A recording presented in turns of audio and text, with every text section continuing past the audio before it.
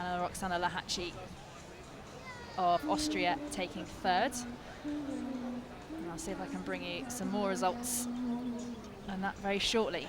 But the next race on course will be the final of the men's C1 1,000 metres.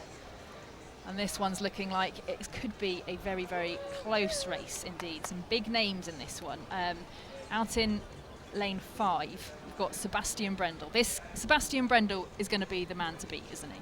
He really is. I think I saw a fact that he's undefeated here years on end. So the guy in lane 4, I'm sure, is out here to prove a point from Brazil. Yeah, that padder in lane 4, Zacchias Queiroz dos Santos, gold medalist in the C2000 at the Worlds last year. But at the moment we're looking at Pavlo Altahov of Ukraine out in lane 3, just 20 years old. That's Zacchias Queiroz dos Santos that we just mentioned in lane 4. Qualified for their home Olympics already in the C2000. And that's another German, Ronald Wirch. We've got 2 Germans, 2 Polish, 2 Moldovans in this race. So it's quite likely that some of those athletes will be racing for their Olympic selection. But there's the man himself, Sebastian Brendel, undefeated over 1,000 metres since 2013. Sergei Tarnowski of Moldova in lane 6, just 18 years old, the reigning junior world champion, lining up alongside the reigning senior world champion. That's Thomas Kaczor of Poland in lane 7, and alongside him is Vincent Slaminski, also of Poland. So those 2 Polish athletes going head to head will be eyeballing each other going all the way down the race, I can imagine. True. And finally it's Sergei Tarnowski's brother Oleg Tarnowski, also paddling for Moldova, silver medalist in the C1 500 at the World Championships last year. And they're in the buckets and under starters orders. And they're underway, and it's a big start from the athlete in lane 5. That is Sebastian Brendel, the man they're all eyeballing, the one they all want to beat. Fastest qualifier in a time of 3:56.839.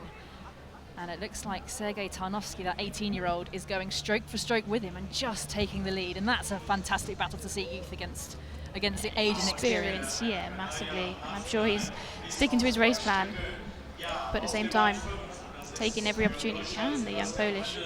I can imagine that it's very tempting to, if you've got a world champion alongside you, try and match that. How difficult is it to stick with your own race plan when you're also trying to race? It's so tricky over the 1,000 because the pacing is huge, but it's all about that tunnel vision and just looking at your lane and looking ahead at all times.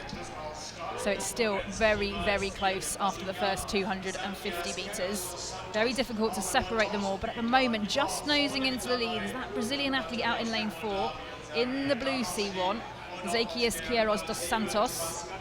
He won silver at the World Cup here last year, but he did take gold in the C1 500. He's looking extremely strong, and as is that German Ronald Wirch. You can see Sebastian Brendel just dropping back, and I guess that's a sign of the experience that, he knows what his race plan is. He's sticking to his plan, not getting carried away, but the German and the Brazilian are nose for nose, a boat length in front now. Still looking lovely and long. So it's great to see the Brazilians really stepping up, especially in seaboat paddling. And as I mentioned, Queiroz dos Santos has qualified for his home Olympics in the C2000. That's when they won gold last year. So he'll be really keen to put down a marker in the C1 as well.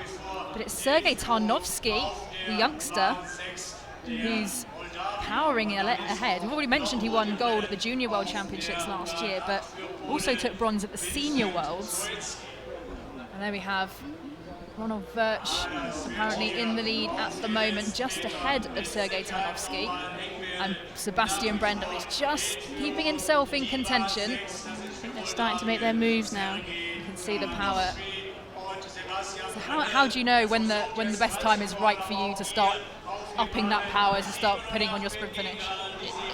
Practice and practice at home. You know your race plan, you know how much you've got left in the tank and when to go.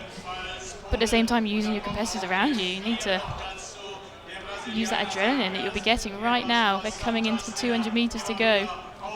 So could we be about to see Sebastian Brendel's first defeat over 1,000 metres for about 3 years? We're coming through the 200 metres now. It's Brazil in first, ahead of Moldova in second, Germany in third. Who is going to take these medals? Sebastian Brendel is coming back. Always got confidence in a paddler like him. Just such a classy athlete. He's coming up alongside Tarnowski and Queiroz dos Santos. This is going to be a huge battle for gold, silver and bronze. We're not discounting Ronald Birch of Germany out in lane 2 or Ukraine's Altahov in lane 3 either. But, oh my goodness, Ezequias Queiroz dos Santos has stopped and fallen in, and it's now just a 2-horse race for the gold medal, but it will be, at the moment it looks like Sebastian Brendel who's just ahead by almost a boat length now. Sebastian Brendel will take the gold.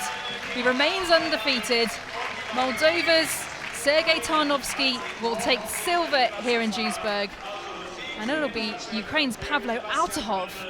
A storming finish to come through and take bronze there. Who comes through to take bronze with perhaps a slight bit of luck on his side, with Ezequias Queiroz dos Santos pulling up, stopping. He seems to stop before he fell in. Yeah.